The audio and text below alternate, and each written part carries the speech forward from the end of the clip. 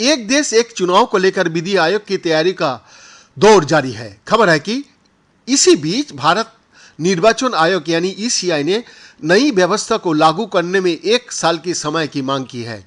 आयोग ने पर्याप्त इलेक्ट्रॉनिक वोटिंग मशीन यानी कि ईवीएम को बनाने जैसी कई वजह गिनाई है। फिलहाल विधि आयोग अपनी रिपोर्ट बनाने की अंतिम दौर में है। 2024 और 2029 में एक साथ चुनाव कराए जाने की स्थिति में मशीनों की संख्या को लेकर चुनाव आयोग पहले ही विधि आयोग को जानकारी दे चुका है। एक वोटिंग मशीन में 3 हिस्सा होता है, जिनमें कंट्रोल यूनिट, बैलेट यूनिट और वीवीपैट शामिल है। 2024 के लिए 11.49 लाख अतिरिक्त control unit, 15.97 lakh ballot units और 12.37 लाख वीवीपैट की जरूरत होगी। इसमें 5,200 करोड़ रुपया की खर्च आएगा।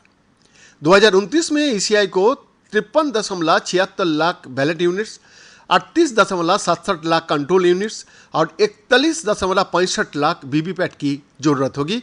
इसकी बड़ी वजह पोलिंग स्टेशन और मतदाताओं की बढ़ती संख्या में। एक मीडिया रिपोर्ट में जो सूत्र है उसके हवाले से बताया गया है कि चुनाव आयोग वैश्विक स्तर पर सेमीकंडक्टर और चिप की कमी को लेकर चिंतित है। कहा जा रहा है कि विधि आयोग के साथ हुए बैठक में भी ईसीआई ये मुद्दा उठा चुका है।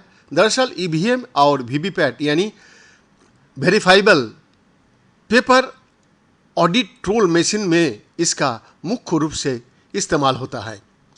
अब खास बात है कि 2024 में होने वाली सिर्फ लोकसभा चुनाव के लिए ही ईसी को करीब 4 लाख मशीनों की जरूरत है। मशीनों की इन मौजूदा जरूरतों में विधानसभा चुनाव को भी शामिल नहीं किया गया है।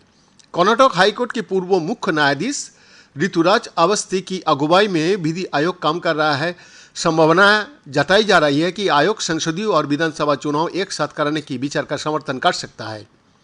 इंडियन एक्सप्रेस के अनुसार एक सूत्र ने बताया उन्हें यानी कि ईसी को लगता है कि मौजूदा उत्पादक भारत इलेक्ट्रॉनिक्स लिमिटेड और electronics corporation of India limited की मौजूदा प्रतिबद्धताओं को देखते हुए वोटिंग मशीनों की निर्माण को बढ़ाने के लिए 1 साल की समय की जरूरत होगी।